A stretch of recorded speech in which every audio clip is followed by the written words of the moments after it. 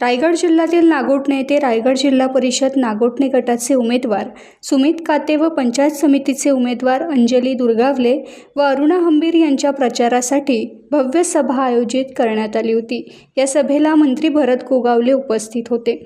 यावेळेस आगामी निवडणुकीतील ही विजयाची नांदी असल्याचा ठाम विश्वास मंत्री भरत गोगावले यांनी व्यक्त केला। या सभेत प्रचंड जनसमर्थन दिसून आल्याने आमचे सर्व उमेदवार निश्चितपणे विजयी होतील असा दावा त्यांनी केला। रायगड जिल्ह्यातील शिंदे शिवसेनेने आता रायगड जिल्हा परिषद व पंचायत समिती निवडणुकीत आपले वर्चस्व प्रस्थापित करण्यासाठी जोरदार मोर्चे बांधणी केली आहे। रायगड जिल्हा परिषदेवर निर्विवाद भगवा फडकवण्याचा शिवसेनेने निर्धार केला आहे, असेही यावेळी गोगावले यांनी सांगितले।